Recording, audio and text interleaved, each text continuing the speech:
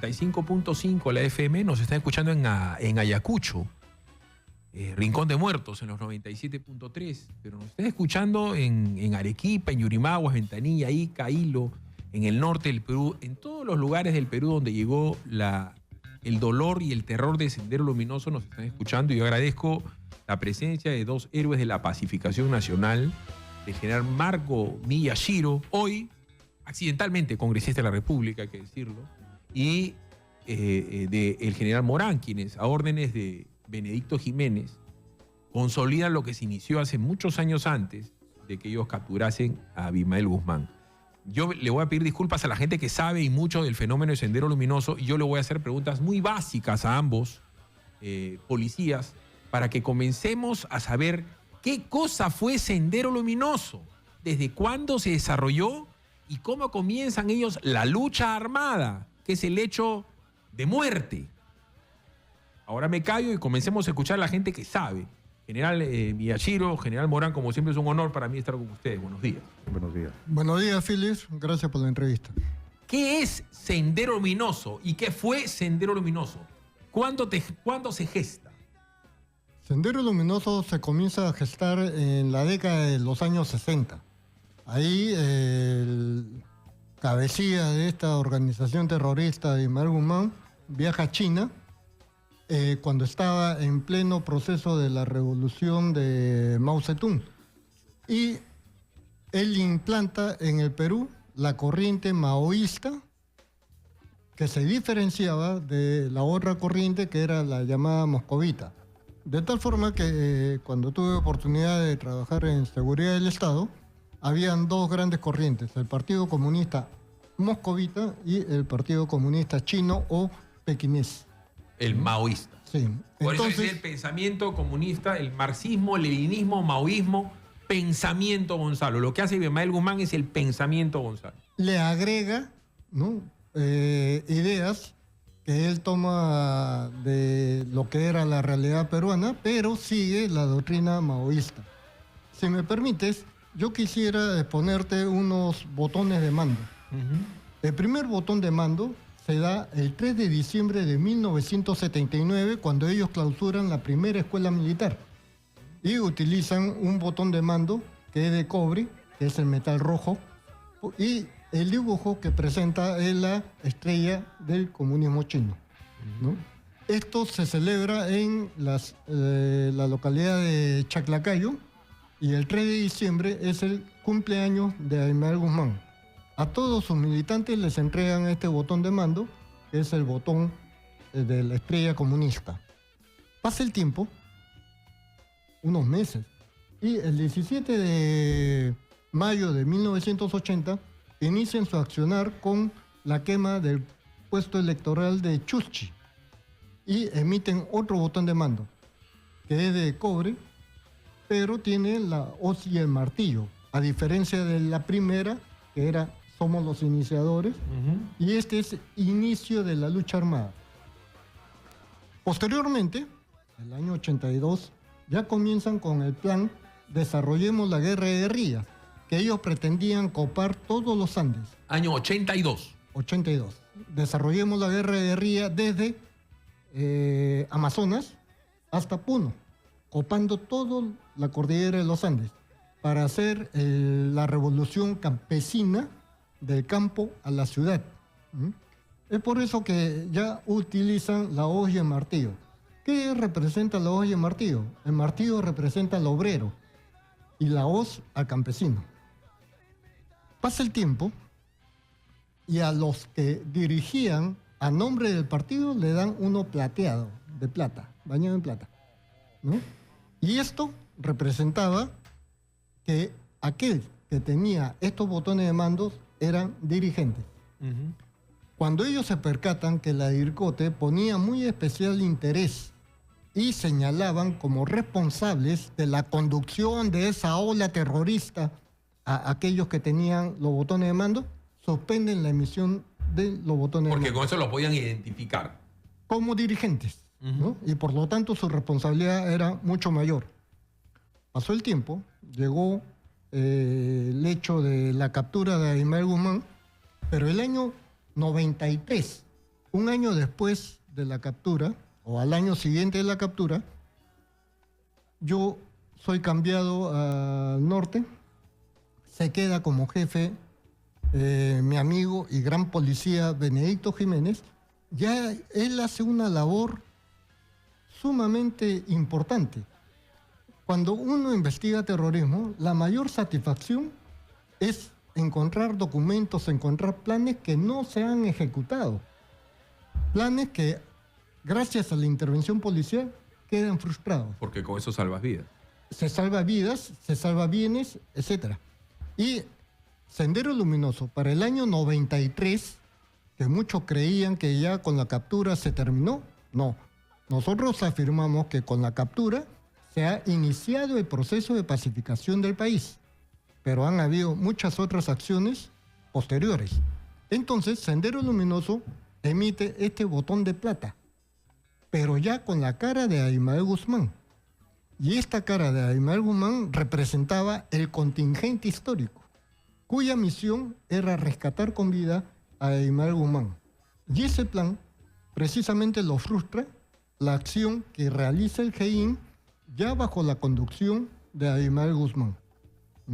Esta organización, con el paso de los años y estando ya como detenido, como interno en un penal, Abimael Guzmán ha continuado desarrollando lo que se llama el pensamiento Gonzalo. Y el pensamiento Gonzalo no es otra cosa que una doctrina que trae muerte y destrucción, porque según el análisis de los propios escritos de Sendero Luminoso, afirma que el aporte de Abimael Guzmán es el comité de lucha. El comité de lucha lo toman ellos como la sexta forma de expresión del nuevo poder popular, una parafernalia media trabalengua, pero es la expresión del nuevo poder popular. ¿Y cómo se manifiesta esto en la realidad? Infiltrando las organizaciones. Infiltrar las organizaciones, ¿para qué? Sin ocupar cargos directivos, sino más bien desde las bases o desde las zonas intermedias, influenciar sobre la directiva para que conseguir sus fines. ¿Y cuáles son sus fines? Primero, agudizar la crisis en todo el país. Segundo, destruir los avances económicos que se pudieran lograr. Porque ese pensamiento Gonzalo, ese nefasto pensamiento Gonzalo, lo que trae consigo es llevar a la ruina a la nación, con la finalidad, y lo dice el mismo Abimael Guzmán, cuando el pueblo tiene hambre, entonces puede pensar en revolución. Cuando el pueblo tiene que comer, no piensa en revolución. Vamos a ir a una pausa y vamos a regresar también con el general Carlos Morán.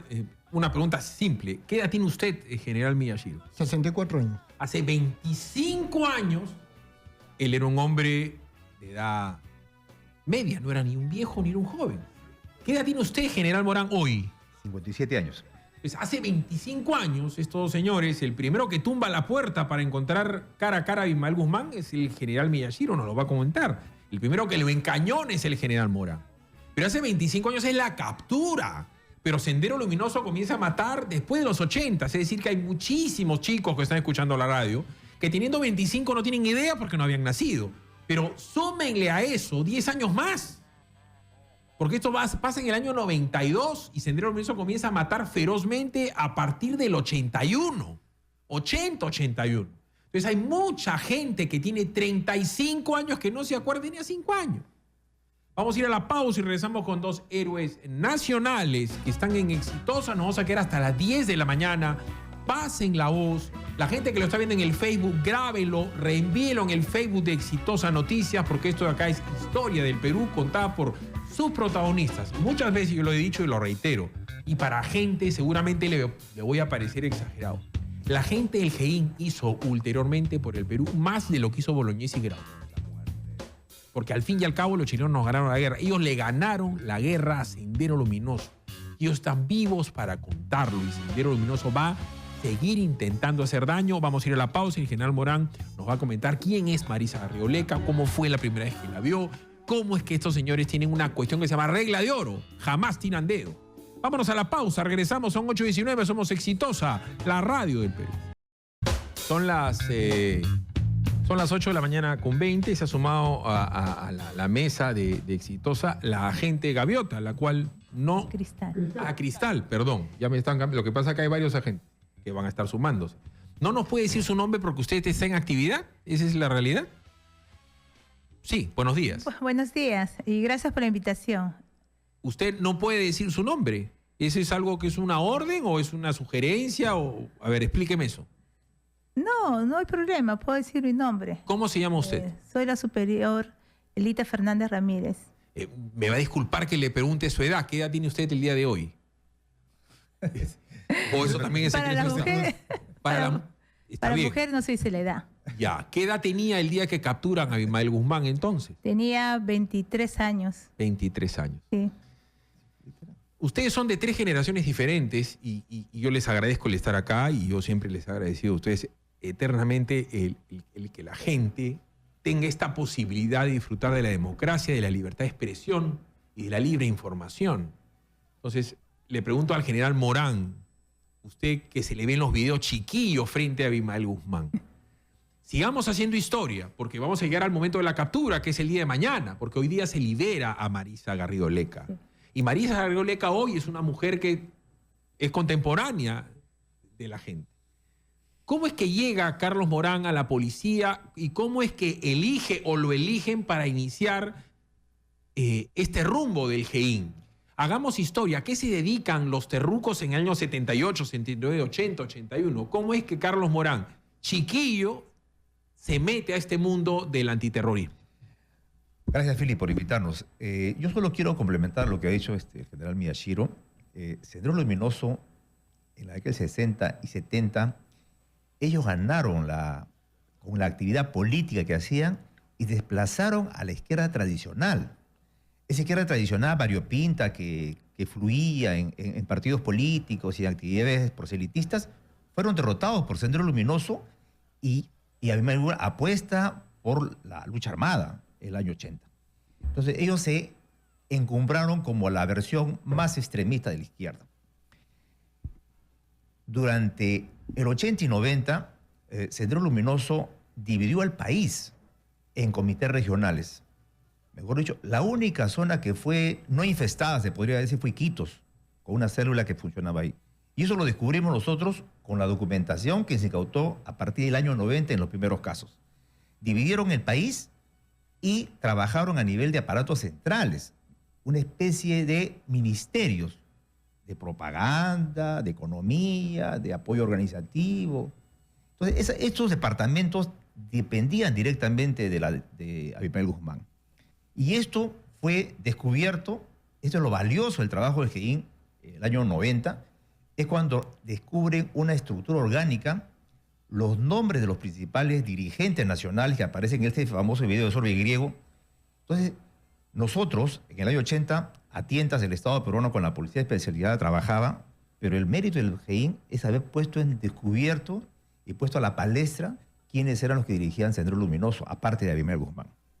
Ahora, es importante lo que le estoy diciendo porque le voy a decir otra cosa a los chicos que me están escuchando. Llegó un determinado momento en que el Perú se llenó de especialistas en senderólogos. Y era tal el desasosiego que generaba Abimael Guzmán que se discutía que existiera como ser humano vivo. Es decir, si se había muerto, si le habían herido, si se había ido a vivir a Cuba, si estaba en la selva de Colombia, si estaba o no estaba. Y habían debates en canales en donde, hay que decirlo, gran parte de la izquierda era ni chicha ni limonada. Se pasaban al lado de Abimael Guzmán en un discurso, en el Congreso petardeaban, estamos hablando de la década de los 80, petardeaban a las labores de las Fuerzas Armadas. En los propios, y yo he trabajado en prensa, se hablaba de aniquilamiento, de ajusticiamiento. No se les veía como terroristas, ojo. Habían palabritas encubiertas, había un diario de marca que entrevistaba a Abimael Guzmán y habían voceros. O sea, era una situación absolutamente diferente al día de hoy.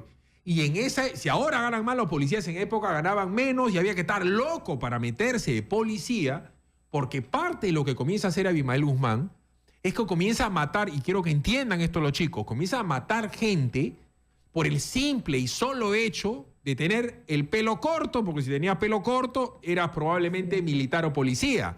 En esa época no había DNI, había libreta electoral. Si tú no tenías libreta electoral, podías ser policía o militar y entraban a una combi y te mataban. Entonces, presumo, general Morán, que en ese momento en su familia, sus padres, sus hermanos o sus amigos le dijeron: tú estás loco, Carlos, ¿a qué te estás metiendo? Mataban gente todos los días. Pero la ventaja de trabajar en la Direccote era precisamente que nosotros conocíamos cómo era el modus operandi. Y lo dijo el general Miyashiro ayer. ¿Sabe? Lo más valioso como policías era obviamente capturar al terrorista, pero más importante y tenía más significación evitar que estos puedan cometer asesinatos cuando descubrían los papeles y los documentos que se conocían como plan operativo táctico, ¿no? O los reglajes.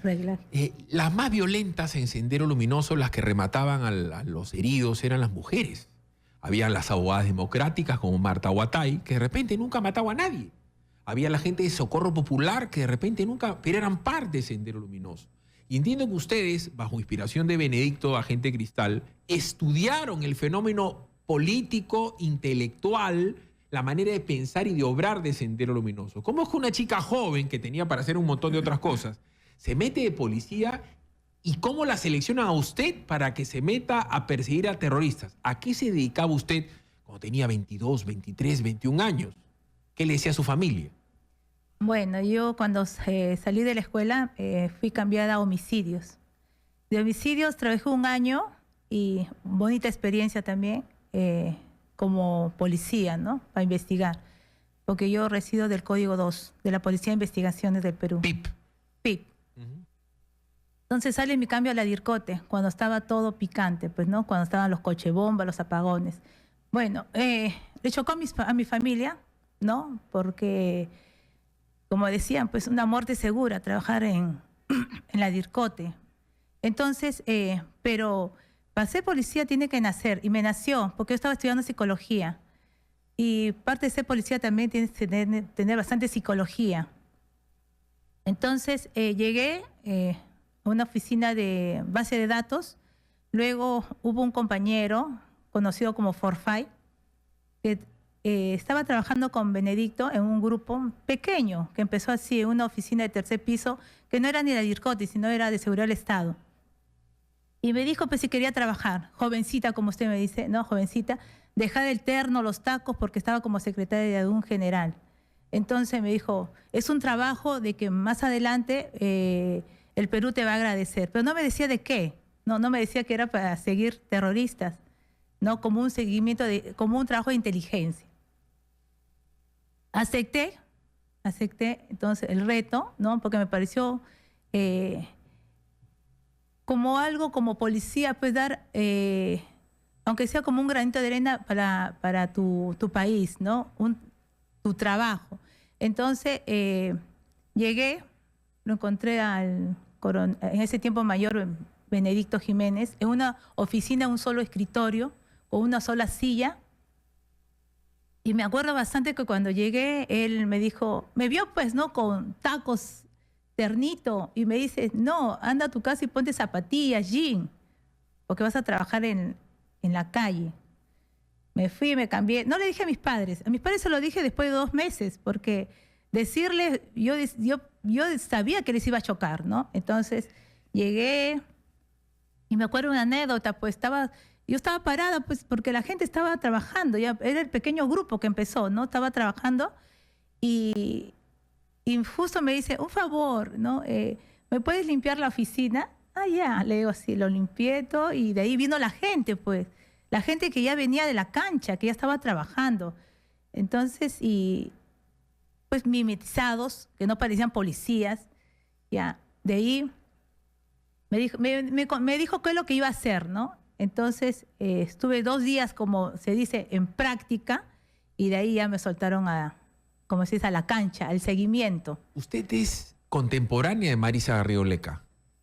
Y así Debe como ser. sus papás no sabían lo que usted hacía, yo presumo que la familia de Marisa Garrido-Leca no sabía lo que hacía. Y usted me dice que estudió psicología. Sí. la gente que se mete a Sendero Luminoso, ¿qué tiene en la cabeza para entender la sangre como un medio de encontrar la justicia y la revolución? Porque mataban de manera sanguinaria, a las mujeres les abrían el vientre, les cortaban la cabeza, les cortaban los brazos, a una persona muerta inclusive le ponían un petardo de dinamita para que huele en 1000 pedazos. ¿Por qué ese deseo de sangre en un ser humano? ¿Qué puede llevar a alguien que supuestamente nace bueno, un niño bueno, a convertirse en un asesino tan macabro? Yo creo que esas personas no tienen sentimientos, porque dañar a otra persona y asesinar de esa manera no hay un sentimiento. Por más que tengan una ideología, ¿no?, sea tan radical, son personas que no tienen corazón. No tienen sentimientos. Vámonos a la pausa, vamos a seguir conversando. Yo en múltiples ocasiones he podido conversar con el general Morán, con el general Miyashiro. Ahora tengo el honor de que la gente Cristal esté con nosotros. Pero tienen que entender eso, que esta gente nunca va a cambiar. Y yo lo grafico así. Cuando nosotros los creyentes tenemos un hijo enfermo al borde de la muerte, así no seas un católico practicante, así no reces mucho y tal, si tu hijo se está muriendo, rezas. Ellos son así, pero con Abimael Guzmán. Es su Dios. Y así como hay gente que quiere el amor, hay gente que quiere el odio. Así como existe Dios, existe Satanás. Y esta gente es así de satánica. Puede parecer muy básico, pero lo entiendo así y lo estoy explicando así porque sé que pueden haber inclusive papás que se lo van a tener que enseñar hacia sus niños de la manera más básica. Estamos conversando un tema histórico, el hashtag de nosotros es terrorismo nunca más. Vamos a regresar con el general Miyashiro, con la gente Cristal, con Carlos Morán. Carlos Morán ese día, por dar un ejemplo, tenía que ir a comer con su esposa. Y su esposa pensó que estaba trampeando porque se había llevado el carro.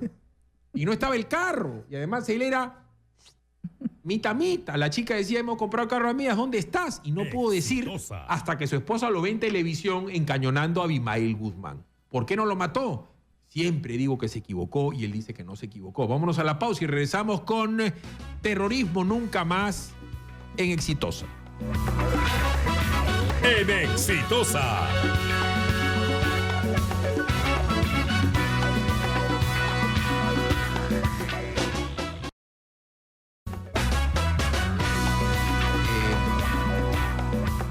A la gente que es un poco mayor y que les puede interesar algo de lectura y literatura, lean a un comunista italiano, Gramsci, Gramschi, que él propugna el vencer políticamente ganando la batalla de las ideas y capturar la inteligencia de la gente y su manera de pensar haciendo una avanzada cultural de reescribir la historia. Y para eso se necesitan a esto los medios de comunicación, ahora peor con la era digital. Entonces, por eso es que a mí me interesa el siempre conversar con los autores de la captura para que vean que el fenómeno de la captura va más allá inclusive que la labor de inteligencia fabulosa que hace Benedicto Jiménez, que si hay alguien que tiene que indultar en el Perú es a Benedicto Jiménez. Porque acá tuvo una labor protagónica seguramente la Marina, el Ejército, la aviación, los ronderos, la Iglesia Católica, la Iglesia Evangélica. La iglesia fue muy importante. Fue una guerra no solamente del Estado peruano, general Miyashiro, de todo el Perú. Porque habían ronderos que no tenían ni su inteligencia, ni su erudición, y habían pastores evangélicos que nunca habían leído el libro rojo de Mao. Y habían curitas que solamente habían leído la Biblia y que sabían que el bien tenía que oponerse al mal. Le ruego que le cuente a la gente cuál es su visión ya panorámica, no solamente de la inteligencia después de años. ¿Cómo es que el Perú logra vencer a Abimael Guzmán y a sus huestes? Y también está el MRTA, dicho sea de paso. Marisa Arrioleca tenía contacto. Fíjense el fanatismo y la locura de esta mujer, que también tenía contactos con el MRTA. Cuéntele a la gente una cuestión más panorámica de lo que fue el fenómeno de Sendero y cómo se le termina ganando. Bueno, nosotros afirmamos que es el inicio de la pacificación del país porque paralelamente hubieron otras acciones. Por ejemplo, Sendero Luminoso ya había logrado tener influencia en el 70% del territorio nacional. Y gestiones en el periodo de don Alberto Fujimori, a través de Hernando de Soto, lo que promueve es que se organizan los campesinos. Ajá. Y ahí se forman los comités de autodefensa y desarrollo bajo la conducción y supervisión de las Fuerzas Armadas. También hubo otro hecho trascendental, como fue la toma de la residencia de la Embajada de Japón en Lima, en donde, gracias a la acción de los comandos Chavín de Guanta, gracias a la acción de inteligencia que realizó el almirante Luis Jean-Pierre con algunos hermanos rehenes, se pudo derrotar al MRTA. Es decir, cuando hubo la decisión política, se pudo lograr objetivos, porque tenga usted presente qué es lo que pasa hoy en día. Hoy en día, y se queja el ministro Basombrío, de que cuando se captura a delincuentes, estos son puestos en libertad por el Ministerio Público o por el Por una Poder mala Judicial. denuncia del Ministerio Público, porque el titular de la acción penal es el fiscal que acusa, y acusa, por dar un ejemplo, ¿no?, a Miyashiro de tener una corbata negra cuando la tiene ploma. Entonces no califica, y después viene y dijeron estaba con saco y no con terno. Entonces vamos a decir que por una minucia, entonces entra a taller el Poder Judicial y dice, no acusaron bien, y los liberan. Por eso Basombrío, de cada 3 que atraca, ¿no es cierto?, se le liberan 2. Claro. Estoy tratándolo de exponerlo sencillamente. Por eso es que me llama la atención que una señora fiscal haya estado dando declaraciones de que ya en el siglo XXI, a partir de la denuncia presentada ante la Corte Interamericana, es que se pudo juzgar en democracia. Eso es un insulto. Porque ¿qué cosa es democracia? Democracia es el poder del pueblo. Y cualquier gobierno debe legislar para el pueblo, no para el derecho internacional, sino las necesidades reales que tiene el pueblo. Entonces, ahí ocurría que los fiscales no acusaban, los jueces no sentenciaban porque los mataban. Era Por eso es que se humanamente tuvo que poner entendible. jueces sin rostro. Y por eso se ve la necesidad imperiosa de que para defender la vida del pueblo se tiene que poner jueces sin rostro. También hay otra aberración jurídica, pero necesaria para esa realidad, que ahora es muy fácil juzgarlo porque ya estamos en tiempo de pacificación. Pero en ese tiempo no se podía ofrecer ninguna alternativa al terrusco. Y la legislación contempló también la ley de arrepentimiento, que fue una valiosa herramienta para ¿A que quién se le pudiera ocurre juzgar. la ley de arrepentimiento? A Santiago Fujimori. ¿Por qué? Porque estando en el GEIN, logro contacto con Jaime Yoshiyama, ya que necesitaba que los ministerios autoricen al GEIN a colocar guachimanes, a colocar simuladamente empleados. ¿Para qué? No estén empleados, sino para que estén mirando locales cercanos. General Morán, yo he escuchado y muchas veces gente que supuestamente sabe de periodismo, gente inteligente o políticos, decir, no, Fujimori no tiene acá el mérito es del GEIN.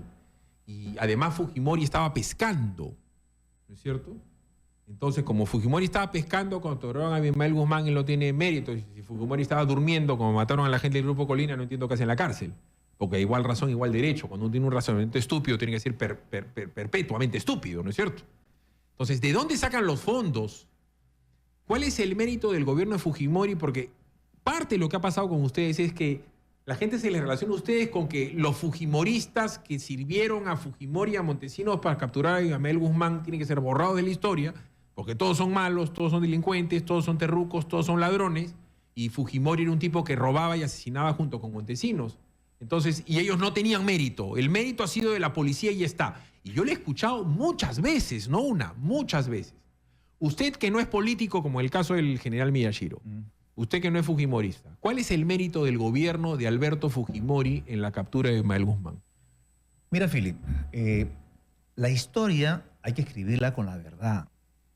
Cuando pretendemos reescribirla con un determinado sesgo político, ahí empiezan los problemas. Nosotros somos policías, pero tenemos que recurrir a las fuentes verídicas, a la realidad que vivíamos en esa época. Si bien es cierto, el GEIN fue creado oficialmente en las postrimerías del gobierno aprista, pero toda su actividad, su gran actividad se desarrolló en los primeros años del gobierno del presidente Fujimori. La ley, la estructura legal que se diseñó en ese momento, nosotros éramos oficiales. Se diseñó en ese momento es un mérito, pues, del presidente Fujimori y de su gobierno, porque, como lo dijo el general Miyashiro, para mí fundamental fue la ley 25475, la ley de terrorismo, porque dio herramientas a la policía y a la autoridad judicial para que pueda investigar y juzgar a los terroristas, que era una cosa diferente. Y la ley de arrepentimiento fue un antecedente de lo que ahora se llama colaboración eficaz, ¿no? Entonces, el GI, el año 92, aplicó por primera vez esa ley y permitió que Luis Alberto Abrona Franco pueda acogerse a esta negociación fiscal-policía. Eso, Es importantísimo eso. Ahí voy a abrir un paréntesis porque le voy a hablar a la gente de Cristal, Sí. de tu retrato, de Luis Alberto Arana Franco, que yo siempre he pensado que Abimael Guzmán cae por amor de un hombre hacia su familia. Ahorita le pregunto al respecto, pero no quiero dejar de preguntarle por los recursos. ¿Qué tuvo que ver Boloña? ¿Qué tuvo que ver Yoshiyama? ¿Cómo es que ustedes tenían recursos? Porque la gente sigue pensando que ustedes tenían 2 cuadernitos, una libretita y que era todo muy, muy, muy chiquito y muy pobre y que ustedes a punta de cerebro lo logran. Pero sí hubo recursos para que ustedes puedan trabajar. No todos llegaron a sus manos, pero el gobierno sí da recursos, inclusive entiendo, hasta los Estados Unidos dan dinero. Sí, claro. De- Esa es verdad. ¿Cuál es la parte de esa historia? Cuando empieza el GI en el año 90, empieza con recursos escasos, pero sí había una mínima cooperación internacional que apenas podía soportar el financiamiento de las operaciones iniciales.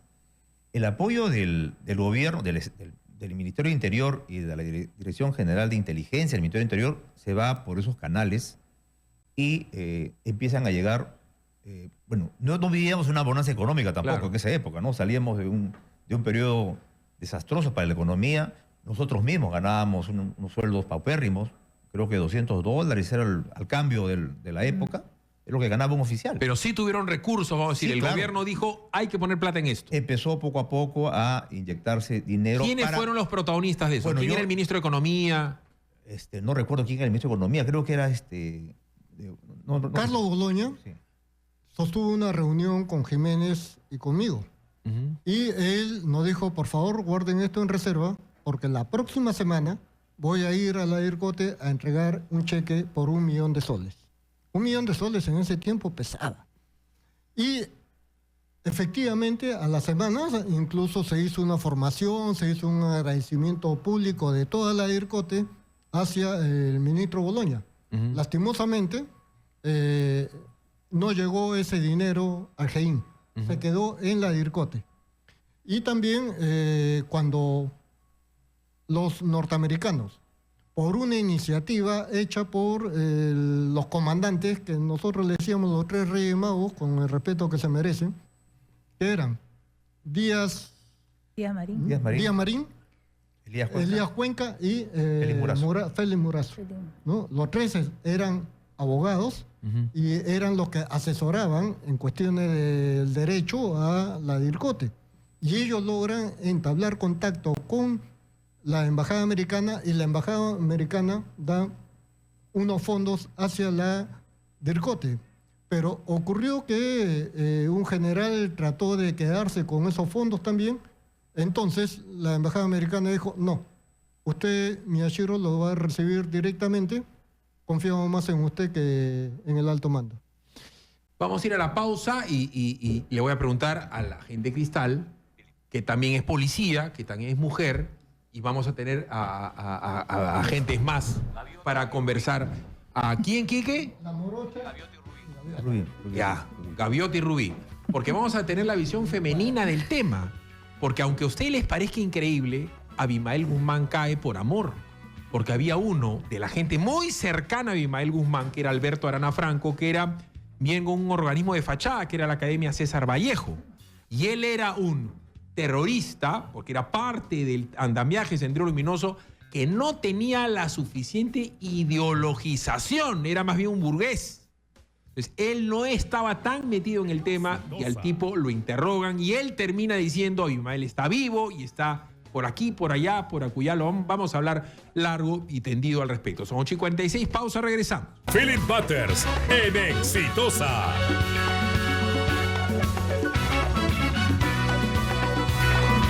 Hemos sumado 2 agentes más, en minutos vamos a estar conversando con ellos. Pero cuando yo he leído la historia y he podido conversar, con Benedicto Jiménez, he leído sus libros, he leído los libros que se han publicado y siempre he tratado de informarme mucho de lo que pasó con Sendero Luminoso para entender la organización de este fenómeno. Y yo llego a una conclusión de una persona de a pie en que Abimael Guzmán cae por el amor de un hombre hacia su familia.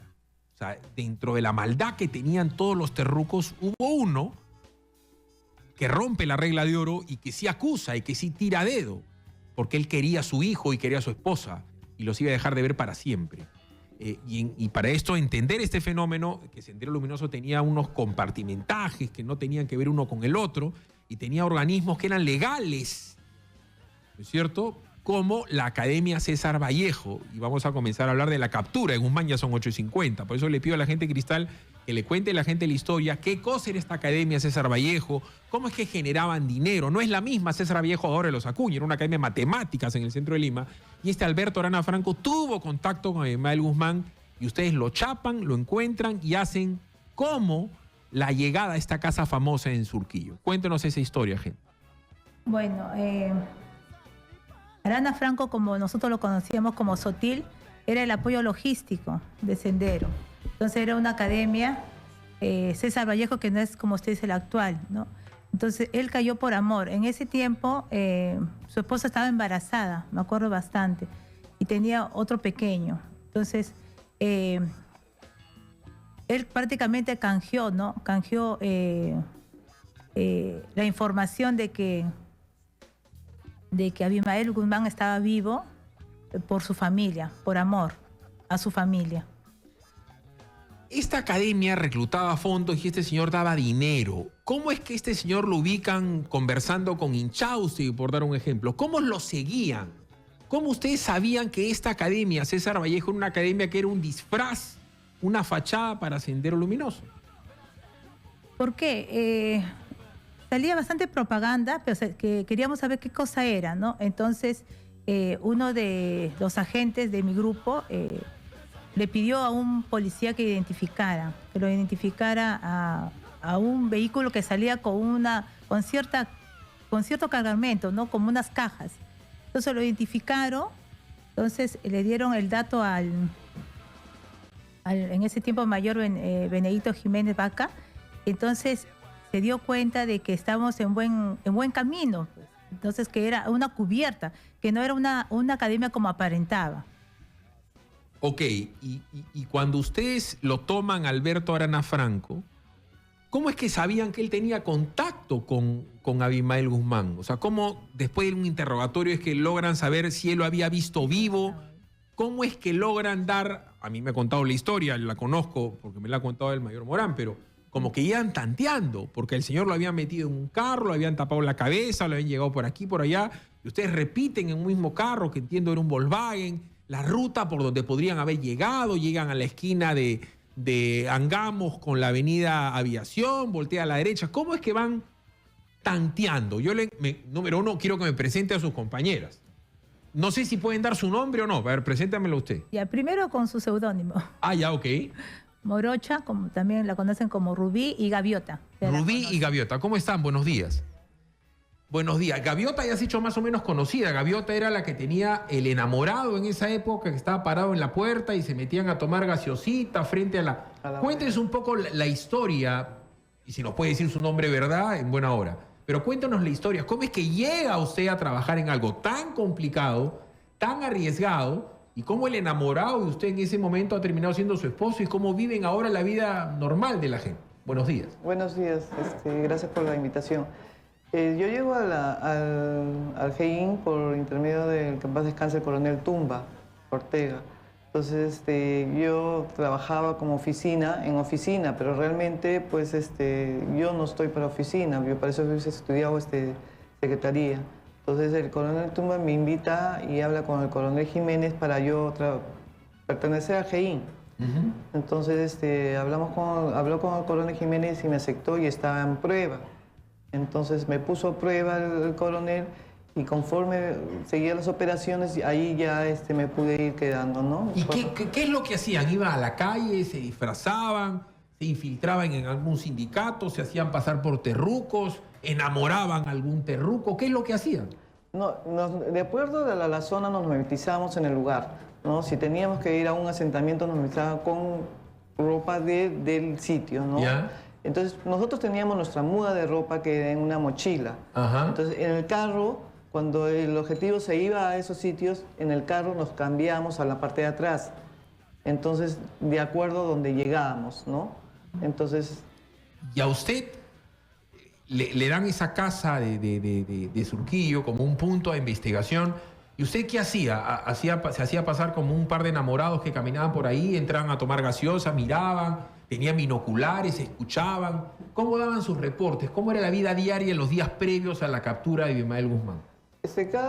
Había un objetivo. En Surquillo lo que pasa es que siempre hacíamos un informe. Cada 8 días hacíamos seguimiento y hacíamos el informe de gente para, así era todos los días eso, ¿no? Para Correcto. nosotros. Me pregunta, y le traslado la pregunta, el general Miyashiro, a usted, agente Morocha, ¿cómo es que se acercaba a los terroristas? ¿Cuál era la capacidad que tenía para, no sé, ganarse su confianza, acercarse a ellos? ¿Cómo está? Buenos días, gracias por la invitación.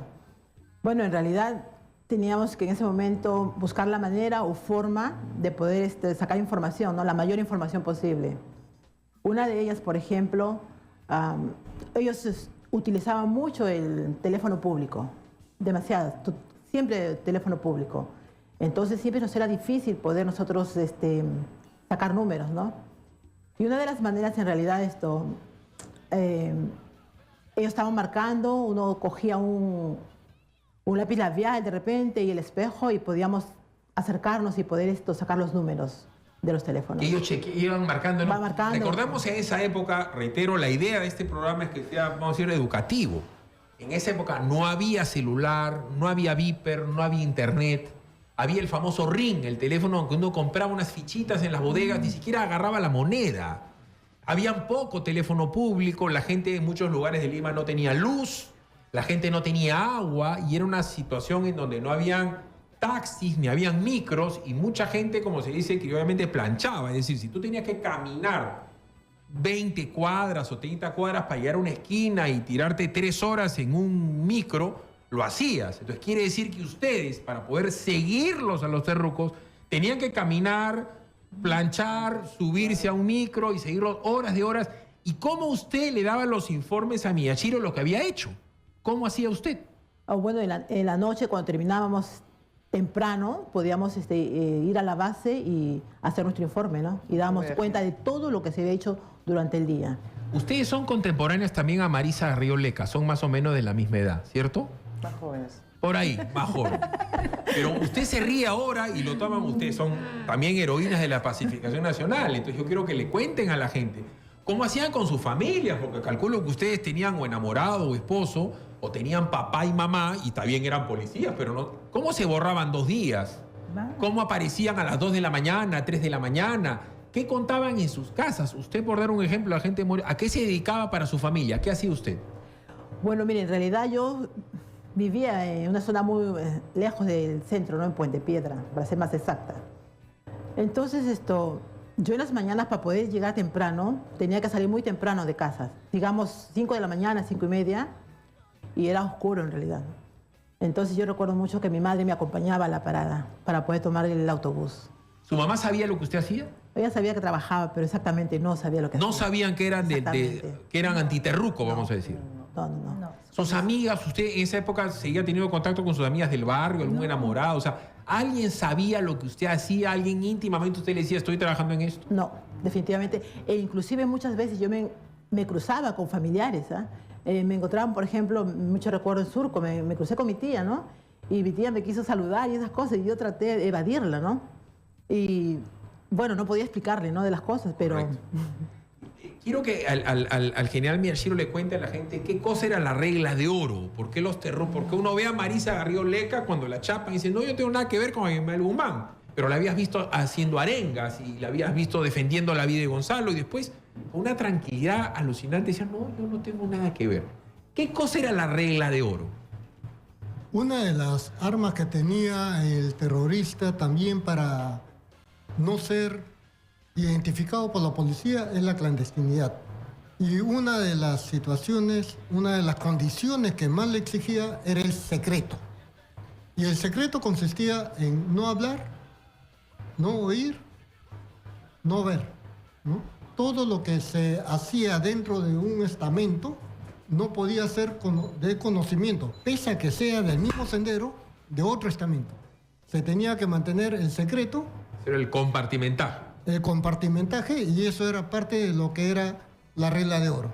No ver, no oír, no hablar. Principalmente no hablar para evitar la delación. En el caso, a mí me comentan esto, le ruego al general Morán que nos cuente, el interrogatorio a Alberto Arana Franco. O sea, entiendo que hasta el propio Benedicto le dice a Alberto Arana Franco, tienes 5 minutos para ver a tu mujer, no la vas a volver a ver en 25 años y tu hijo va a ir preso con tu mujer. Nunca más lo vas a ver porque a ella también la metemos presa. Y ahí lo quiebra Arana Franco. Ese es el momento en que, ¿quién es el que lo quiebra? ¿A quién se le ocurre decirle eso para romperle la moral a ese terrorista? ¿Quién hace eso? Bueno, Benedicto Jiménez era un oficial que tenía trajinado ya en la lucha contra el terrorismo. Él es fundador de la Tricote en la década del 80, de capitán. Entonces él tiene ya antecedentes de trabajos operativos. Entonces cuando llega al GEIN, él prácticamente de mayor llega y consolida su ideario y su pensamiento y su metodología. Claro, eso siempre hay que rescatar de que hubieron otros jefes importantísimos que también marcaron la historia ahí en la Tricote, ¿no? Y enumerarlos ahorita sería demasiado. Pero GEIN, pues, Benedicto era un experto, ¿no? En interrogatorio, en documentación policial. Entonces, él negocia primero con Arana Franco, se sienta con él, conversa y le plantea pues la situación. Lo importante acá ¿Y le dice eso? ¿A tu mujer no la vas a ver nunca más? Claro, lo importante acá, Philip, es que Arana Franco no fue producto de la casualidad. Arana Franco fue identificado ya el año 90. En la documentación que se incauta en el primer caso, esto quiere decir que el GEI tuvo la paciencia, mire, la paciencia de seguir a una persona durante 2 años. Porque Arana Franco era el gran financista que mantenía al aparato central, a los aparatos partidarios, con dinero que fluía de la academia. Entonces, tuvo la paciencia, Benedicto y el equipo, de esperar que él siga trabajando. Entonces, cuando ya se presenta la oportunidad de su captura, se le dice, oye, mira, no nos digas nada ni nos mientas. Eso es lo que sabemos de ti. ¿Dónde vives? ¿Quiénes son tus contactos? ¿Qué fuentes manejas? ¿Qué actividades realizas diariamente? Y es tu familia. Y él dice, pues no, efectivamente. Y aparte todavía había un tema. El año 91, en la operación del 31 de enero, se incursiona en una casa y se incauta el famoso video de Zorro y Griego. En la casa que estaba a 2 cuadras del cuartel general del ejército. Y Arana Franco aparece en el velatorio de la esposa de Bimel Guzmán, de la camarada Nora. Aparece ahí. Entonces eran evidencias que le iban a mandar a la cárcel. Ya, y el tipo le dice, nunca más vas a ver a tu familia. Y él se quiebra. Sí, ¿Cómo llegan a la casa de Ismael Guzmán? O sea, porque él no sabía dónde quedaba la casa, no sabía la dirección. Sí. ¿Cómo hacen para que él diga dónde estaba, si no sabía ni él mismo la dirección? Bueno, eso responde a un trabajo, pues, de investigación, de cruce de información y contrastar lo que decía él. Él solo dijo de que se había reunido con Abimael Guzmán meses atrás. Ya. Y eso es la primera claridad de alerta para el GEIN y permite decir, a partir de esta información vamos a cruzar con datos. ¿Cómo llegan a la casa? Es verdad que lo suben en un carro y tratan de que él en su mente reconozca el tráfico, el tránsito, el lugar donde voltea. Él nunca identifica a Marisa Garrido ni a Carlos Inchausti. No los identifica por su nombre, pero sí da referencias físicas de cómo eran. Ajá. Los que estaban en la custodia de Abimael Guzmán era una pareja joven, una mujer blanquiñosa, guapa, y su pareja era un joven...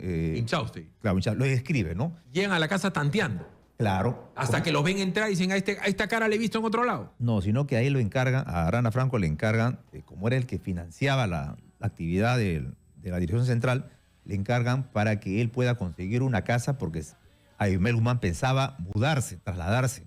Y así ha sido en estos años. Él se ha mudado a diferentes casas de seguridad para que no lo pueda ubicar la policía. Correcto.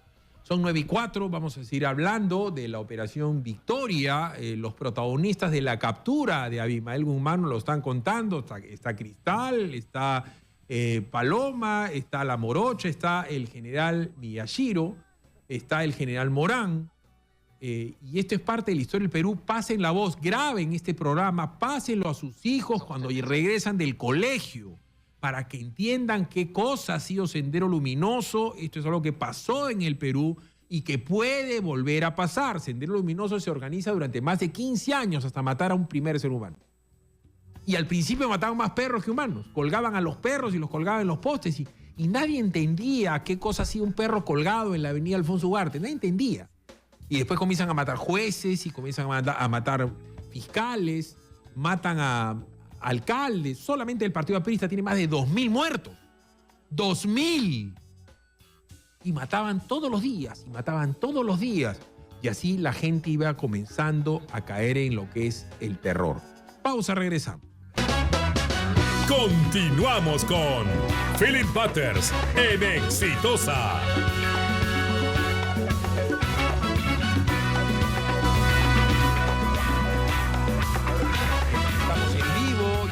Por Exitosa, haciendo un tributo a la gente del GEIN, comandada por Benedicto Jiménez, que seguramente nos está escuchando porque nos escuchan en la radio todos los días. Y yo les comento algo, ¿no? Ahora que el general Miyashiro me enseñaba los botones de cobre de los senderistas, o sea, yo soy una persona normal, estuve en escalofrío, decía, ¿cómo es que ustedes podrían dominar sus sentimientos, el odio, o el temor, o la rabia, o la ira, cuando estaban siguiendo a un terrorista que aparentaba ser una persona normal? Me llama un amigo mío, me dice, hazle un homenaje al coronel Tumba, que es al que se le ocurre lo del 1509, ahí lo matan. ¿Cómo matan a Tumba? ¿Quién fue el coronel Tumba, general Miyashiro? El coronel Tumba es un antiguo detective que estuvo muchos años en la Dirección contra el Terrorismo, y fue precisamente quien firma el memorándum asignándole a Benedicto Jiménez la responsabilidad del caso Isa, por encargo del mismo señor teniente general Fernando Reyes Roca. Y cuando es capturado a Abimael Guzmán, él se le encarga el vestirlo a rayas. Pero cuando lo viste a rayas, dice, no, falta un letrero. Y coloca el 1509, que representa el 15 de septiembre, Día de la Policía de Investigación del Perú.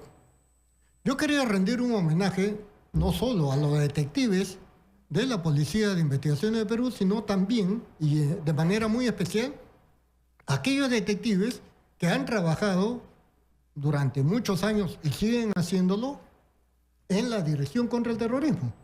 Y también resaltar que fue la Policía de Investigaciones la primera institución policial que tuvo mujeres dentro de sus filas.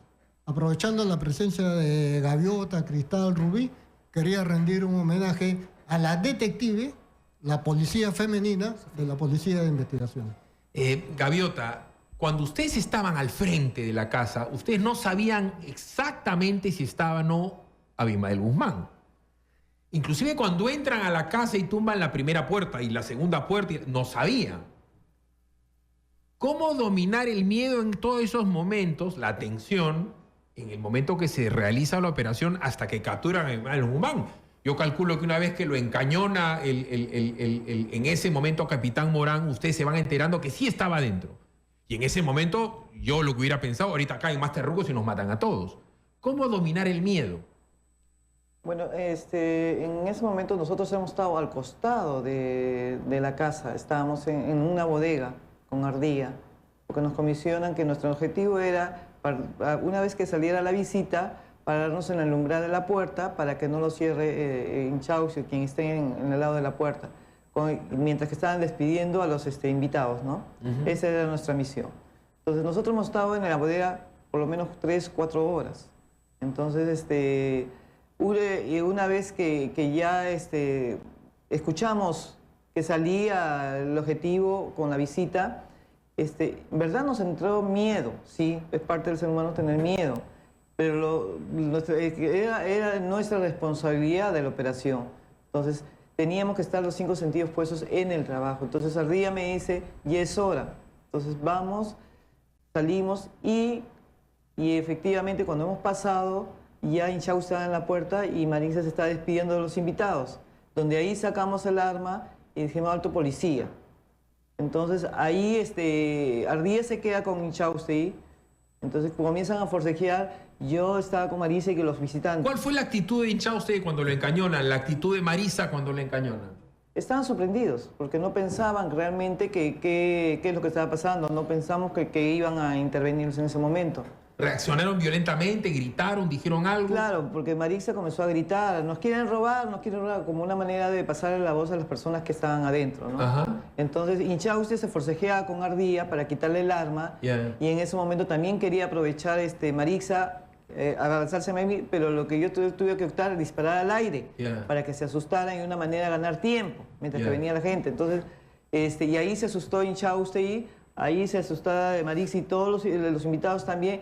Entonces los tumbamos al suelo los 4, mientras que Ardilla me dijo, voy a subir. Y ya estaba viniendo la gente pues para apoyarlos, ¿no? ¿Usted, Rubí, dónde estaba ese día? ¿Ese día estaba destacada ahí o estaba en otro lado? No, yo estaba custodiando a los detenidos. ¿Y usted Yo estaba en otro objetivo. y no sabía lo que estaba pasando? Sí, sabíamos porque ya habían dado la orden. Y como teníamos la radio, entonces nos enterábamos de todo, ¿no?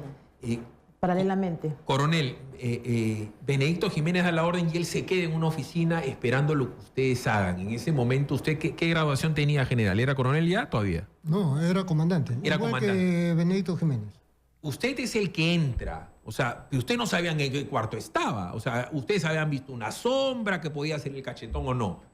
Y usted va para adelante. Usted es una persona que sabe disparar, que seguramente había combatido, que sabe de artes marciales. Usted tumba la puerta. ¿Cómo es que llegan al cuarto donde estaba Ismael Guzmán? ¿Quién es la primera persona que lo mire y lo encara a este tipo? Desde el momento en que nos estamos encaminando a la casa de Surquillo, donde ya estaban los agentes del GEIN vigilando, sumábamos 15, por lo tanto dividimos ese equipo en 3 y a cada uno le asignamos un piso. Yo me quedo con el segundo piso, sin saber que estaban ahí. Y cuando estoy subiendo veo la mampara que me la tratan de cerrar, y cuando la derribo es que el resto de la gente, dentro de ellos, ahora General Morán, pasan y van a los dos lados, derecha e izquierda. Y una voz, lo escucho, cuando me estoy incorporando, que positivo para el cachetón. Entonces me acerco ahí y ¿Quién verdaderamente... dijo eso? ¿Quién dijo? Alguien...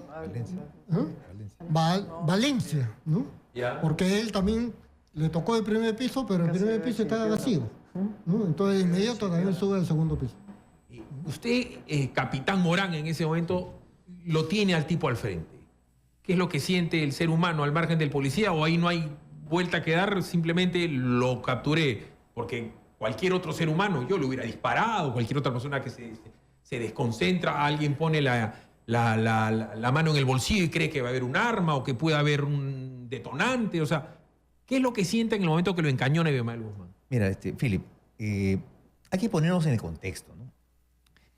La operación no duró más de 4 minutos. Fue rápida, la intervención misma, Claro. porque es capturar, reducir a la persona y subir y tomar el segundo piso. Fue rápida. Nosotros no sabemos si fue 4, si fue 3, si fue 5 minutos, pero fue rápida la operación. Yeah. En ese momento, lo que dice Gaviota es cierto.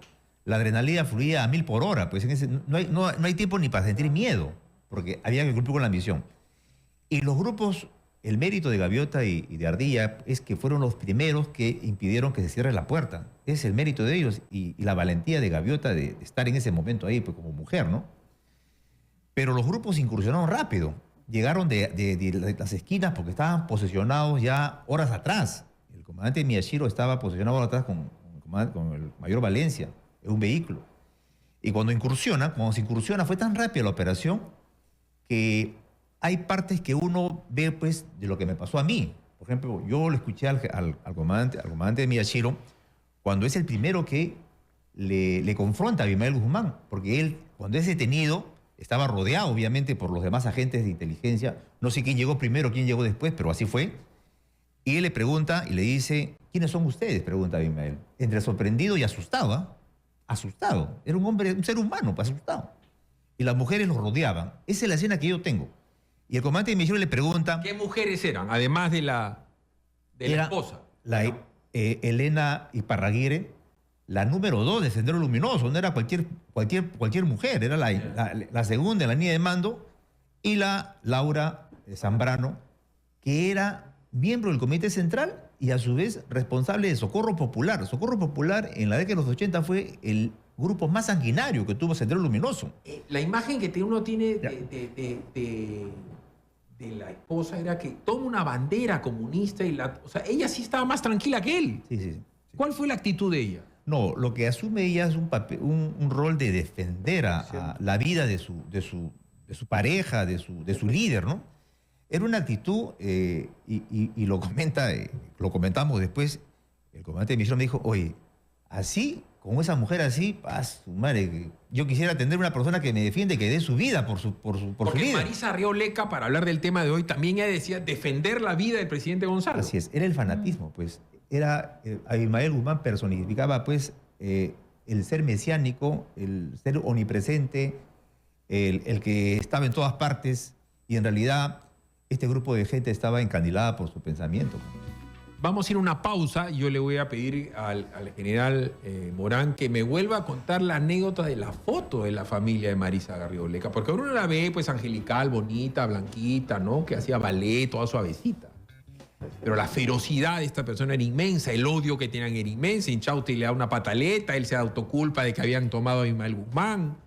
Y Marisa Arrioleca, días después de ser interrogada, tiene contacto con su familia. De eso nos lo va a comentar luego de la pausa el hoy general Carlos Morán. Vámonos a la pausa. Estamos en un programa especial en Exitosa, la radio del Perú, 9:22. Pausa, regresamos. Philip Butters en Exitosa. Cuando uno estudia la conducta del ser humano, sabe que los sentimientos más profundos son el odio y el amor. Y que se contraponen, ¿no?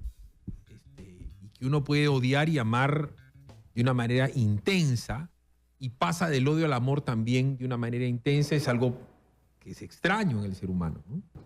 Entonces, de las múltiples conversaciones que yo he tenido con el general Morán, me contó una que a mí me llamó mucho la atención, ¿no? Pero una vez que capturan a Marisa Arrioleca, la terruca pituca, muy buenos los reportajes de Beto Ortiz al respecto.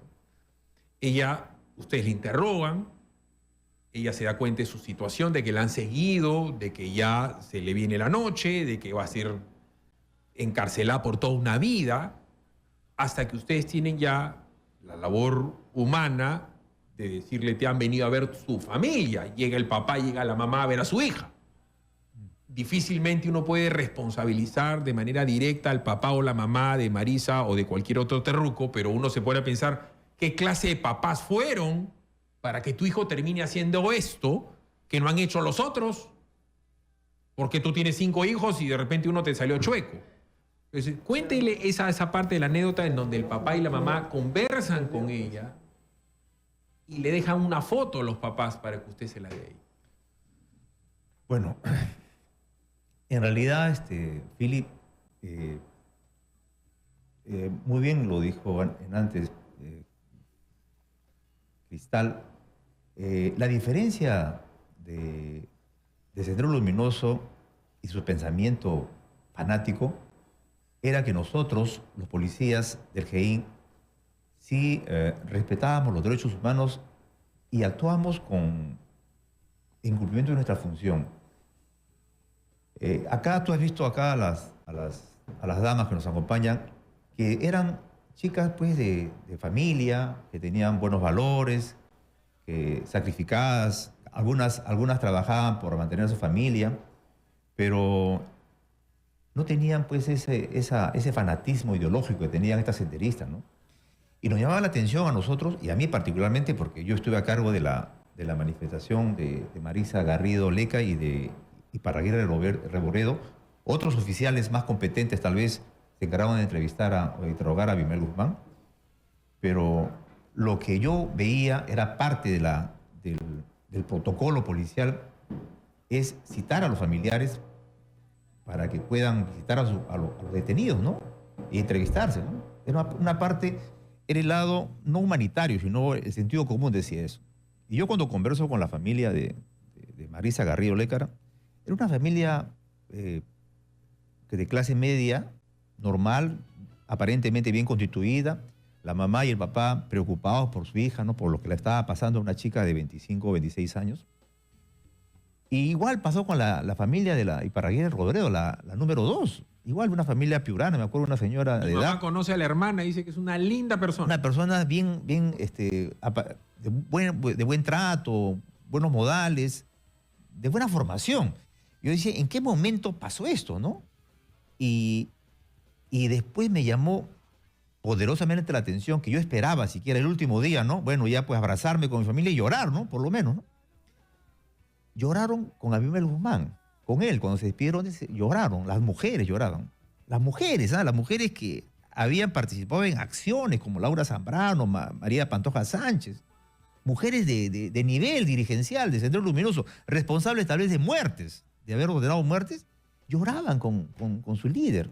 Pero cuando la familia se despedía, era una despedida fría, muy cortante, y eso me impactó a mí. Cuente la anécdota de la foto. Eso es una cuestión que a mí me parece increíble. Cualquier preso que nos está escuchando a nosotros en las cárceles, el objeto más preciado de cualquier preso es la foto de su hijo, la foto de su esposa, la foto de su hija, la foto de su mamá, es decir, lo que más quieren. Porque la miran y la miran y la miran porque de repente murió, porque de repente no los va a ver. Cuente la anécdota de la foto. Mira, yo he conversado con la familia de la Iparraguirre Reboleda. Ella abandonó a sus hijos por seguir el partido. Abandonó y los hijitos se fueron fuera del país, chiquitos. Yeah. Imagínense una madre que abandone a sus hijos y se vaya por una causa fanática. Pero la es increíble. Garrido Leca le devuelve la foto de su papá y de su mamá, no quería ni verlo. En el caso de Marisa Garrido Leca, después de 25 años puedo contarlo, vinieron los padres a despedirse de ella y me mostraron la fotografía, una fotografía de donde están niñita, sus hermanos, su mamá y su papá. Es una foto familiar, ¿no? Ajá. Antigua. Y me la entrega y me dice, oficial, ya no voy a ver a mi hija, capaz la trasladan a otro lugar y yo quisiera, por favor, que le entregues. Entonces yo la llamo a Marisa Garrido y la siento ahí, pues le digo, oye, hay un poquito que la vi quebrarse, un poquito que estaba dubitativa, ¿no? Le dije, oye, mira, al final son tus padres, le digo. Te vas a ir ¿cuántos años a la cárcel? Capaz vas a morir en la cárcel y quieren entregarte esto para que siempre las palabras que dijeron es para que siempre recuerde que nosotros somos sus padres y somos su familia y que nunca la vamos a abandonar. Esas fueron las palabras textuales que me dio. Yo le entregué. Yo cumplí con entregarle la foto. En la tarde, cuando se despiden, porque se iban todos los senderistas, los detenidos se despiden de Abimael Guzmán porque iban a ser trasladados al penal ya, todas las mujeres salen llorando, todas, sin excepción, salen llorando de despedirse de su líder. Y yo me quedé sorprendido, los oficiales nos quedamos sorprendidos. Mira, están llorando, despidiéndose de su máximo líder. Y de su familia ni lloraron nada, ni una lágrima botaron por ellos. Y después me llama la Marisa Garrido Leca y me dice, oficial, por favor, devuélvame esta foto, devuélvame a mis familiares que no la quiero. Yo dije, pero ya nunca más lo vas a ver capaz. No. Entonces me di cuenta de que ellos ya había roto el puente, lo había dinamitado el puente para encontrar la relación familiar. Eso era muy importante para mí. Le quiero preguntar algo a usted, agente Cris. Usted ya es mamá. ¿Ha logrado ser mamá? Soy mamá. Y a ustedes dos, que también presumo pueden ser mamás. ¿Puede haber amor más grande que el de una mamá, un hijo? ¿Usted puede querer algo más que a un hijo? ¿Se No. puede querer algo más que un hijo? No. El amor más grande es el amor al hijo, porque sale de tu vientre. No puede ser. ¿Ustedes Tú han sido canjes- mamás? No, nosotros somos. ¿Ustedes no? No, perdón. ¿Sí?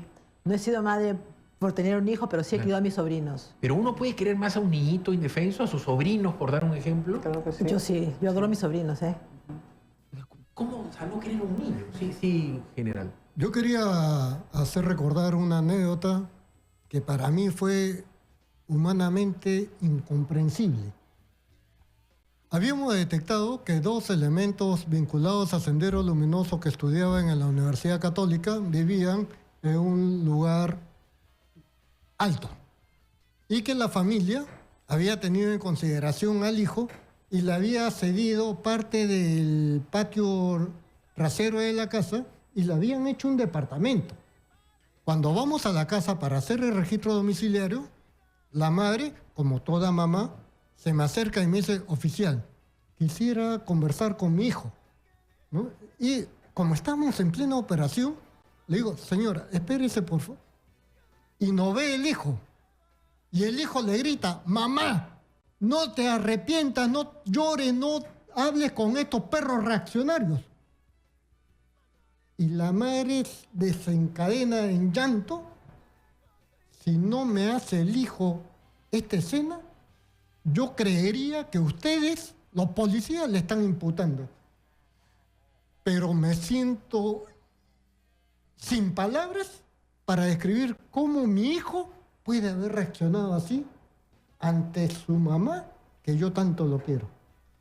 Yo tengo hijas y yo conversaba hace poco tiempo con un amigo mío que tiene un hijo que le ha salido chueco, que es un tipo vil, que no quiere a su papá, que no quiere a su mamá, que no quiere a Dios, que odia a Dios. Y yo le decía: ¿cuál es tu responsabilidad para tener un hijo tan chueco, tan vil? Y yo he llegado a una conclusión después de ver tantos casos así, porque yo he tenido en mi vida la oportunidad de conocer a asesinos, a sicarios, a terrucos, el engreimiento. La mejor manera de malograr un hijo es engriéndolo cuando se equivoca. Y hace poco, y véelo en internet, condenan a muerte a un asesino en serie en Estados Unidos.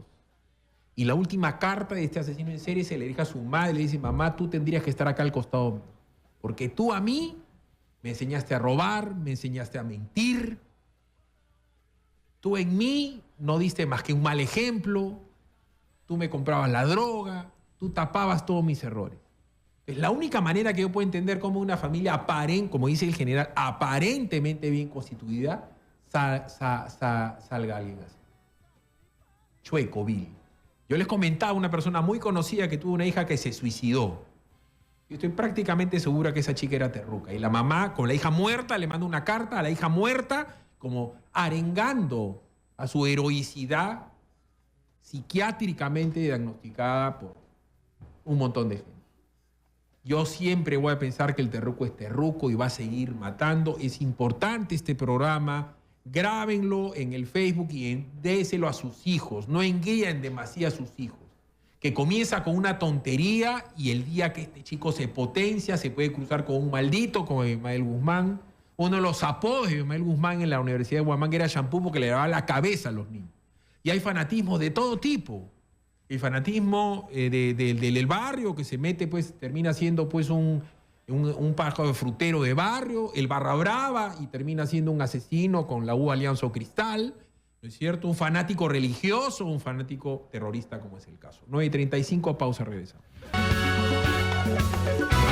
9 de la mañana con 38, Marta Moyano me avisa que la Asociación de Víctimas del Terrorismo va a hacer ahora a las 4 de la tarde un homenaje en las puertas de Canal 2, que también fue bombardeado por Sendero Luminoso, el día de mañana, ¿no? Que es el día de la captura de Abimael Guzmán. Entonces, nosotros estamos con los protagonistas de la historia, ¿no? Yo lo pongo así.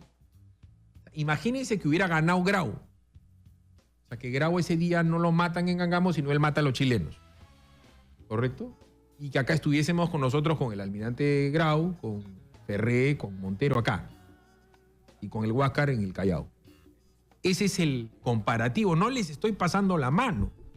O sea, es tan importante como el 28 de julio, el día 12 de mañana. Si no, esto sería imposible porque los terrucos sí pudieron ganar.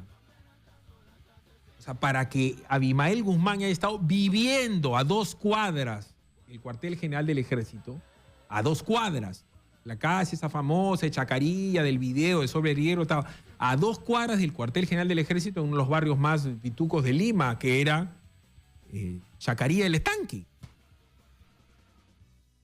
¿Pudieron haber ganado o yo estoy exagerando, general?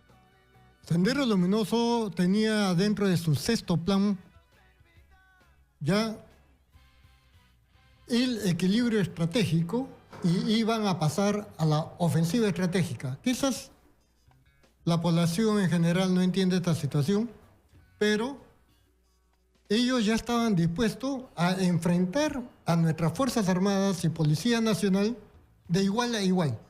Y esto se da por las desidias que hubieron en los gobiernos anteriores. Fili, yo quería hacerte una pequeña observación.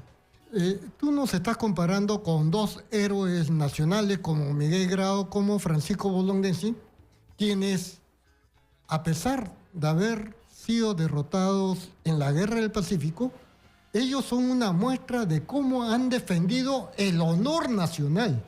Por lo tanto, muy merecido tienen, porque uno es el patrono de nuestra gloriosa Marina de Guerra, el otro de nuestro heroico ejército peruano. Pero pasan los años y ahora, principalmente en este gobierno, se está cediendo a esa defensa del honor nacional por la parte económica. A tal punto que aquello que defiende nuestra Constitución del año 93, en que a 50 kilómetros de las fronteras no se puede adquirir territorios, por la cuestión económica se ha estado cediendo y felizmente han dado marcha atrás. No solamente eso, general, cosa que acá yo he recusado, porque ¿para qué murió Bolognesi? Para que venga Carlos Bruz, cambie la Constitución y los chilenos compren Tacna. No solamente eso, ¿quiénes firman la indemnización a Lori Berenson? PPK y Zavala, en el gobierno de Toledo. Y PPK él mismo dice que él se va del Perú porque él no es peruano. Ustedes, y eso le tiene que haber pasado, les comento a ustedes, por sentido común, ustedes en determinado momento tenían acceso a información que no podían compartir con su familia. Por dar un ejemplo, Cristal, Rubí o Gaviota, ustedes sabían que de repente mañana había un coche bomba y iban a reventar las torres de Puente Piedra. Y te tenías que quedar callado, no le podías decir a tu mamá, no salgas de la casa, vete de ahí, no va a haber agua, no va a haber luz. ¿Cuántas veces ustedes tenían información que les daba miedo y no podían compartir? Por dar un ejemplo, un paro armado, o sea, lo de las coches bombas. O sea, hay tipos de información que ustedes tenían sin confirmar que tenían que callar a riesgo de que les pudiera pasar algo a sus propios familiares. Les tiene que haber pasado. ¿En algún momento ustedes tuvieron la tentación de contar algo para proteger la vida de alguno de sus familiares? En ningún momento. Nunca les pasó. No se podía hablar, no se podía contar nada. Teníamos que siempre mantenernos La reserva callados, del ¿no? caso, ¿no? La reserva del caso teníamos que tener.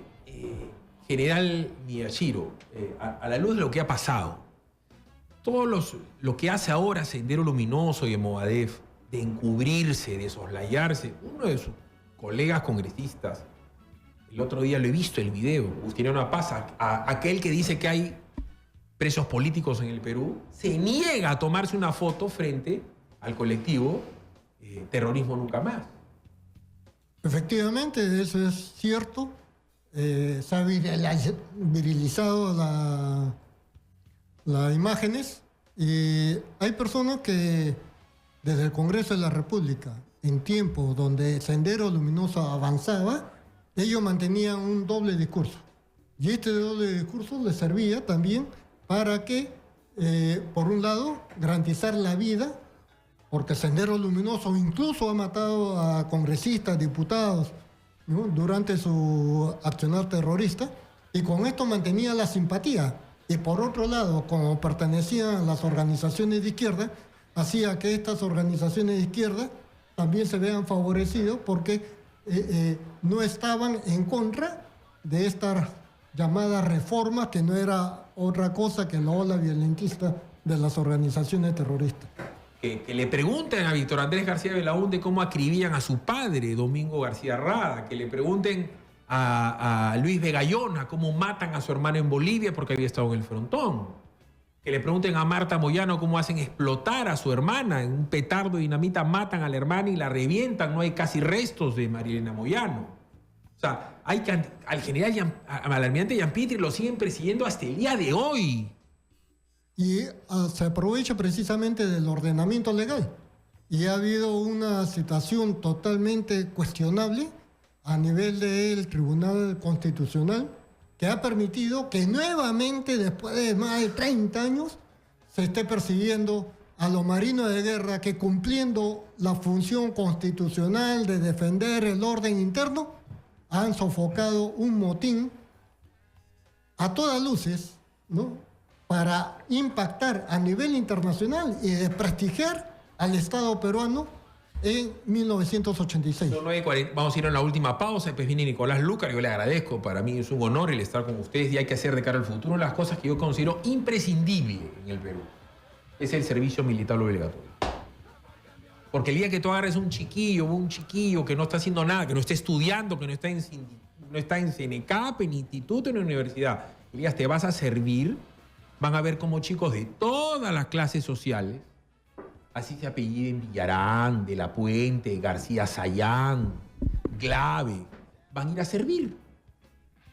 Todos tienen que servir, todos. Mis hijas, tus hijas, te apellidas García, Toledo, todos. Y en algún momento nos tocará sangrar para que todo el mundo entienda lo que vivieron ellos. Porque un señor Tumbe que no vive con sus hijos porque lo mataron y los hijos de los policías muertos ahí están. Entonces, la medallita y el homenaje, ¿de qué le sirve si su papá está muerto? Yo quería resaltar que nuestras instituciones de las Fuerzas Armadas no es ningún centro de readaptación ni nada por el estilo, pero que cuando uno está dentro de las Fuerzas Armadas, cualquiera que fuera la institución, todos los componentes, todos los elementos, sea servicio militar, suboficiales u oficiales, tienen lo mismo. Entonces, la barrera que se ve en el campo social de yo tengo más, yo tengo menos, tú tienes zapatillas Bata, yo tengo zapatillas Adidas, no existe. Y esa igualdad, además, reúne en un cuartel, en una sección, en un pelotón, a todo el Perú. ¿Conoces a todo el Perú? Y además, eso hace formar la identidad nacional y además que todos somos peruanos y todos estamos en igualdad, pese a que uno tenga más o el otro tenga menos. Hay gente que dice que las instituciones armadas no son reformatorios. No, yo no he hecho reformar, formar. Claro, son formativos. Yo los acabo de ver. Ustedes que han llegado. O sea, el general Morán es general. Pero el general Mirachir le dice, siéntate ahí, el señor se sienta. Y ustedes llegan y saludan a su superior. Y siguen siendo señoras, y tienen un respeto a una institución, a un orden, a una manera de ser, a una manera de compartir, a una manera de tratar al ser humano. Por eso son importantes las Fuerzas Armadas. 9:48, pausa, regresamos, ya viene Luca. Philip Butters en Exitosa. La idea de este programa es que sea una reflexión continua, el fenómeno senderista y la captura de sus líderes. Hoy va a salir a las 4 de la tarde libre Marisa Garrido Leca. Les pido a cada uno de ustedes una reflexión para con este hecho, porque ustedes la capturaron y ahora la ven salir libre. Agente Rubí, ¿qué se tendría que hacer con Marisa Garrido Leca y con la gente que todavía cree en Sendero Luminoso? ¿Qué se tendría que hacer? Primeramente, concientizar a la juventud de que terrorismo nunca más, de que se den cuenta de que Marisa Garrido Leca no sabemos cómo sale ella, ¿no? De repente en la cárcel ha seguido con sus mismas ideas o las ha cambiado. En realidad eso lo sabremos con el tiempo. Pero a las nuevas generaciones que busquen la historia, ¿no?, de los años 80 y se den cuenta de que nuestro país ha sufrido muchos desastres por esto del terrorismo y que ahora es tiempo de que sigamos con un país que está pacificado, que mantengamos eso. No almovadez, no más terrorismo. No más terrorismo. ¿El país está pacificado, Gaviota? ¿Lo entiende pacificado o Sendero Luminoso puede volver a resurgir y dentro de 20 años capturar el poder o dentro de 15 años volver a tirar un petardo y matar gente?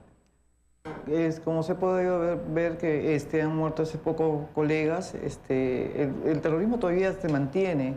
Entonces no deberíamos bajar la guardia, porque en el caso de Marisa no sabemos cómo está saliendo, con qué ideas. Realmente, como dice mi compañera, tenemos que estar a la expectativa y observando.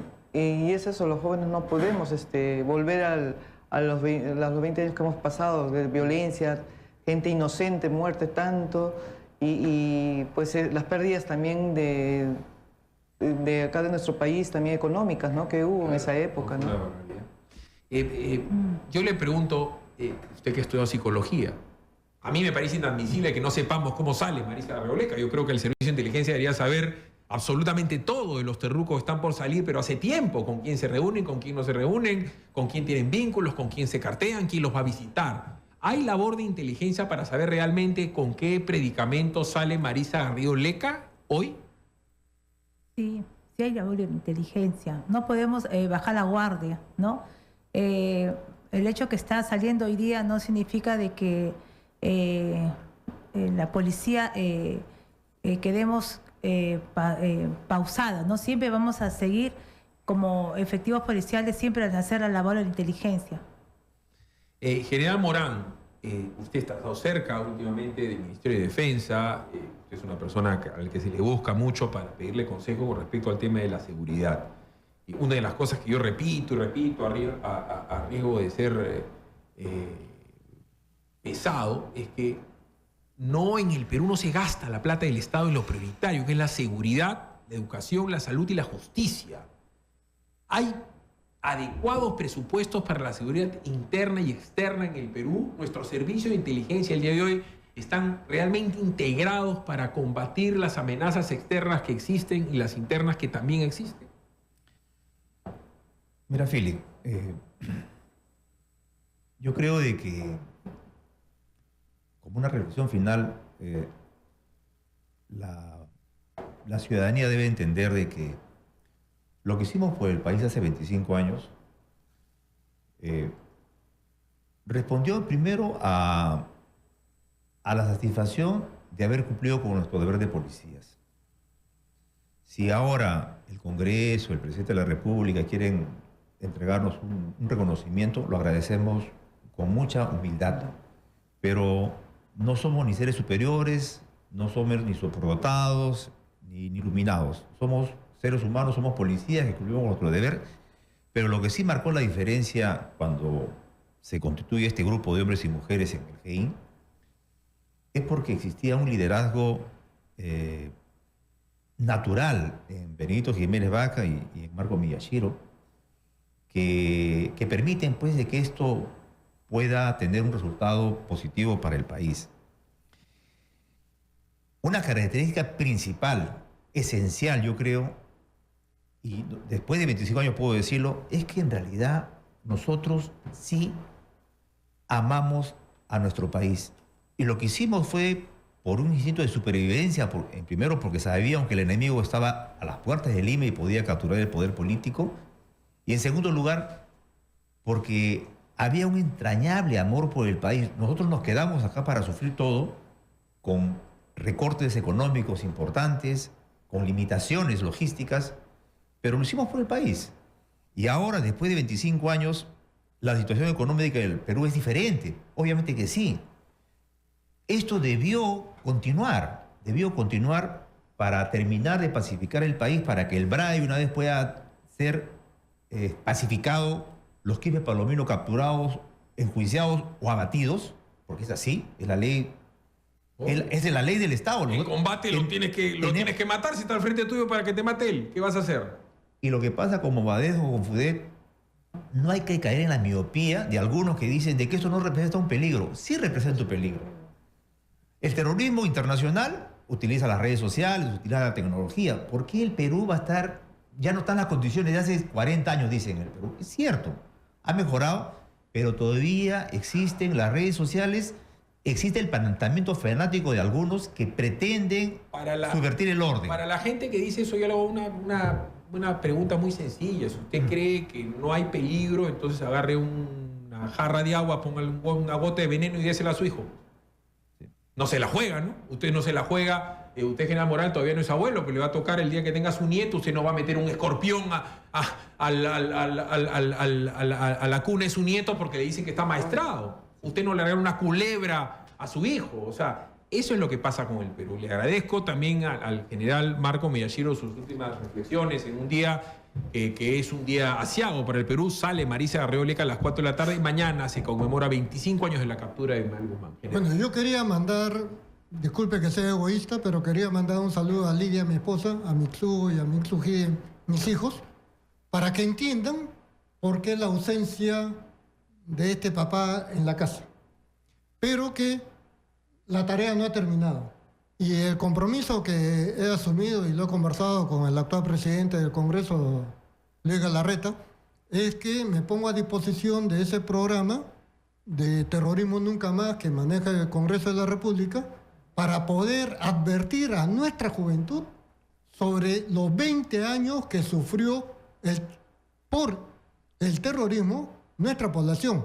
Pero cuando digo 20 años, eso comprendería entre el año 80 al 2000, pero no es así.